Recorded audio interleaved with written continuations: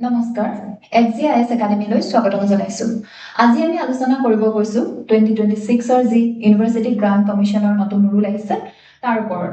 UGC কাৰণে ৰেকমেন্ডেশন প্ৰথম কৰিছিল সাৰ্জিয়ান ৰিপৰ্টে, তাৰ পিছত 1956 ত এজ এ স্টেচুটৰী কমিশন ইউজিচি গঠন কৰা হয় বা ইউজিচিক ষ্টেটাস দিয়া হয়। আমি যদি চাওঁ ইউজিচিৰ মেইন কাম কি হয়, ইউজিচিয়ে কোনোবা এটা ইনষ্টিটিউট যেতিয়া বনে সেই ইনষ্টিটিউটক ৰিকগনাইজ কৰে, লগতে ৰেগুলেট কৰে কেনেকুৱা ধৰণৰ কোৰ্স হ'ব লাগে, ডিগ্ৰী কি দিব পাৰে, লগতে ফাণ্ড এলোকেশন কৰে। এইবিলাক হৈছে ইউজিচিৰ কাম। ইভেন যদি এডুকেশ্যনেল যি ইনষ্টিটিউশন হয় তাত কিবা ডিসক্ৰিমিনেশন হৈছে নেকি এনি ষ্টুডেণ্টৰ এগেইনষ্টত, মেইনলি এসসি এসটি বা ওবিসি উইমেনো হ'ব পাৰে, কিবা ডিসক্ৰিমিনেশন যদি হয় এই সকলোবিলাক কাৰ পৰ্যবেক্ষণত থাকে ইউজিচিৰ। এতিয়া নতুন ৰুলটো কিয় আহিছে? প্ৰথম হৈছে আমি সকলোৱে জানো বা ৰিপৰ্টতো আহিছে যে লাষ্ট 5 ইয়াৰ্ছত যি ডিসক্ৰিমিনেশনৰ সংখ্যা তাৰ সংখ্যা ডাবললৈ ৰূপান্তৰিত হৈছে। লগতে দুটা ট্ৰেজিক ইনসিডেন্ট হৈছিল য'ত নেকি সুইসাইড কৰিছিল ৰোহিত বেমুলা এণ্ড পায়েল তাডবি, আৰু তেওঁলোকৰ মাকে সুপ্ৰিম কোৰ্টত পেটিশন দাখিল কৰিছিল এই কেছকেইটা লৈ, আৰু সুপ্ৰিম কোৰ্টে ইউজিচিক ৰেকমেণ্ড কৰিছিল যে এনেকুৱা নতুন ষ্ট্ৰিক্ট ৰুলছ আনক। তাৰে ৰুল হিচাপে এতিয়া নতুন কি আহিছে আমি চাওঁ।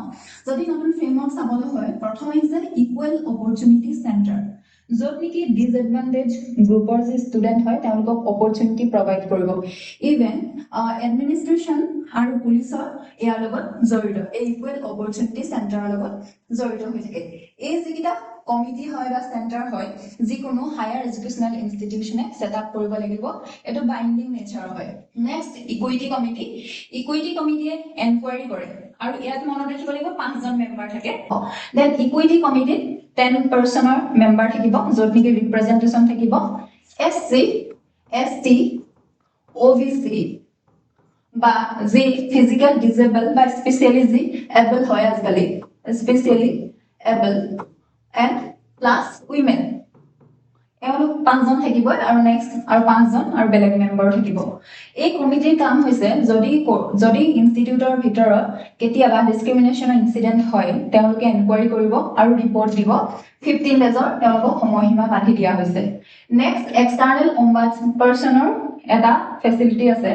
যেতিয়া কোনোবা ষ্টুডেণ্টে যদি ছেটিছফাই নহয় এনকুৱাৰী কমিটিৰ ৰিপৰ্টক লৈ, তেওঁলোকে এক্সটাৰ্নেল অম্বাডপাৰ্চনক এপিল কৰিব পাৰে। সেই যি পাৰ্চন হ'ব সেই পাৰ্চনজন সেই পাৰ্টিকুলাৰ ইনষ্টিটিউচনৰ পৰা কমপ্লিট ডিফাৰেণ্ট হ'ব, তেওঁলোকৰ লগত লিংক হায়াৰ এডুকেশ্যন ইনষ্টিটিউটৰ লগত নাথাকিব য'ত নেকি ঘটনাটো হৈছে। নেক্সট যদি আমি চাব যে এনফৰ্চমেণ্ট পাৱাৰ দিয়া গৈছে। এতিয়া ইউজিচি ইমান ষ্ট্ৰংকে ৰুল লৈ আহিছে, যদি এই ৰুলবিলাক ফলো নকৰে, আৰু আহিছে ইকুইটি স্কোৱাড বুলিও আহিছে যে স্কোৱাড তাত ঘূৰি থাকিব, কিবা ইনসিডেন্ট হৈছে নেকি চাই থাকিব। এই ৰুলবিলাক যদি কোনোবা এখন ইনষ্টিটিউটে ফলো নকৰে তেতিয়া তেওঁ কি কৰিব, ইউজিচি বাৰ কৰিব ফ্ৰম এনি ইউজিচি স্কিম নাপাব, তেওঁলোকে ফাণ্ড এলোকেট নকৰিব। ইভেন ৰিকগনিশ্যন যে দিয়ে, ৰিকগনাইজ যি লিষ্ট হয় সেই লিষ্টৰ পৰাও সেই ইউনিভাৰ্চিটিখন বা ইনষ্টিটিউটটো আঁতৰাই দিব, ৰিমুভ কৰি দিব, আৰু ডিগ্ৰী নিদিবও পাৰে, ডিগ্ৰী গ্ৰান্টিং পাৰমিশ্যনো আঁতৰাই দিব পাৰে।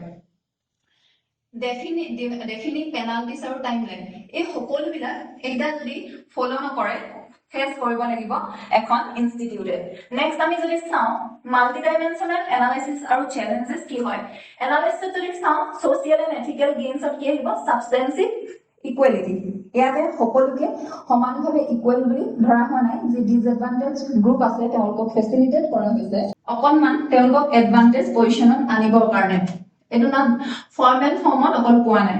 লগতে ভেলিডেটছ লিভড এক্সপেৰিয়েন্সেছ, যে এনেকুৱা ধৰণৰ ঘটনা সোসাইটিত বা এডুকেশ্যনেল ইনষ্টিটিউচনত এতিয়াও চলি আছে, ডিসক্ৰিমিনেশন এসটি এসসি বা ওবিসি এগেইনষ্টত, সেই কথাটো ভেলিডেটেড কৰিছে। নেক্সট এইটো এলাইন হৈছে, যি ইউজিচিৰ নতুন ৰুল হয় এলাইন হৈছে গ্লোবেল DEI ষ্টেণ্ডাৰ্ডছৰ লগত। আৰু যদি আমি ফিলচফিকেল বেছ চাওঁ, ফিলচফিকেল বেছটোত আমি দেখিম যে বৰ্তমানৰ যি ফৰ্মেল ইকুৱেলিটি আগতে যি চলি আছিল তাৰ পৰা সাবষ্টেন্সিভ ইকুৱেলিটি এণ্ড ফ্ৰেটাৰ্নিটিলৈ শিফ্ট কৰিছে। মানে এইটো কথা মানি লোৱা গৈছে যে যি ডিসএডভান্টেজ যি গ্ৰুপ হয় তেওঁলোকক অকণমান সুবিধা দিব লাগিব বা তেওঁলোকৰ কাৰণে সেফগাৰ্ড মেকানিজম আনিব লাগিব। নেক্সট যদি আমি চাওঁ পলিটিকেল লিগেল ফ্ৰিকশ্যন, এতিয়া যি এটা নতুন ৰুল তাত প্ৰব্লেমটো কি হৈছে বা কন্ট্ৰভাৰ্চিটো হৈছে যি আনৰিজাৰ্ভ ষ্টুডেণ্ট হয় যিসকলৰ তেওঁলোকে কৈছে যে কোনোবাই যদি ফলছ এলিগেশ্যনছ লগায় যে ফলছ এলিগেশ্যন লগালে তাৰ কোনো মেকানিজম বা তাৰ সেই প্ৰব্লেমটো সলভ কৰিবলৈ একো সেফগাৰ্ড প্ৰভাইড কৰা নাই লগতে কৈছে ডেফিনেশ্যন যিটো ইমপ্ৰিচাইজ ডেফিনেশ্যন অফ ডিসক্ৰিমিনেশ্যন কাৰোবাৰ কাৰণে যিটো কথা ডিসক্ৰিমিনেটৰী কথা হ'ব পাৰে কাৰোবাৰ কাৰণে নহ'ব পাৰে এইটো ভেগ কনসেপ্ট হয় বুলি তেওঁলোকে কৈছে আৰু সাবজেক্টিভ বুলি কৈছে lack of safeguards for false complain এতিয়া ফলছ কোনোবাই যদি কাৰোবাৰ ইমেজটো মেলাইন কৰিবৰ কাৰণে ফলছ কমপ্লেইন দি দিয়ে তাক ঠিক কৰিবৰ কাৰণে কোনো ধৰণৰ সেফগাৰ্ড আনৰিজাৰ্ভ ষ্টুডেণ্টৰ কাৰণে নাই বুলি এটা কন্ট্ৰভাৰ্চি হৈছে সেইকাৰণে আমি যদি এতিয়া ৱে ফৰৱাৰ্ড চাওঁ এই প্ৰব্লেমটোৰ বা এই নতুন যি ৰুলটো আনিছে তাক যদি ইকুৱেলি ইমপ্লিমেণ্ট ভালকে কৰিব হয় তেতিয়া চাম যে ক্লিয়াৰ সেফগাৰ্ড আনিব লাগিব ৰিজাৰ্ভ এছটি এছচি বা ওবিসি কাৰণে যেনেকে আনিছে পলিচি বা সেফগাৰ্ড মেকানিজম আনিছে ঠিক তেনেদৰে আনৰিজাৰ্ভ কেটেগৰী যি ষ্টুডেণ্ট থাকিব তেওঁলোকে বিচৰা ধৰণে তেওঁলোককো সেফগাৰ্ড দিব লাগিব সেন্সিটাইজেশ্যন এণ্ড ডাইভাৰ্চিটি অডিটছ এই যিটো ইছ্যু হয় ডিসক্ৰিমিনেশ্যনক লৈ সেই ইছ্যুটো যে ৰিয়েল হয় আৰু এইটো সেন্সিটাইজ কৰিব লাগিব যেনেকে কেম্পেইন কৰিব লাগিব জনাব লাগিব যে এই ইছ্যুটো বৰ্তমান আছে আৰু অডিট ৰিয়েল অডিট কৰিব লাগিব ডাইভাৰ্ছ সেকশ্যনত মানে যে একচুৱেলি ডিসক্ৰিমিনেট কোন হৈছে উইমেন হৈছে স্পেচিয়েলি এবল মানুহবোৰ হৈছে এছটি এছচি ট্ৰান্সজেন্ডাৰ এই ৰিপৰ্টবোৰ ভালকে ৰাখিব লাগিব আৰু ডাটাটো কেনেকুৱা ডাটাটো ট্ৰান্সপাৰেণ্ট হ'ব লাগিব নেক্সট বেলেন্স ৰিট্ৰিবিউটিভ এণ্ড ৰিষ্টৰেটিভ জাষ্টিছ যদি ইয়াতো আৰু এটা হৈছে যে কোনোবাই যেনেকুৱা ধৰণৰ ভুল কৰিছে পানিশমেন্টটো তেনেকৈ পাব লাগে এন আই ফৰ এন আই বুলি যিটো কয় সেনেকুৱা হ'ব লাগে যাতে কোনোবাই যদি সৰু কিবা এটা ভুল কৰিছে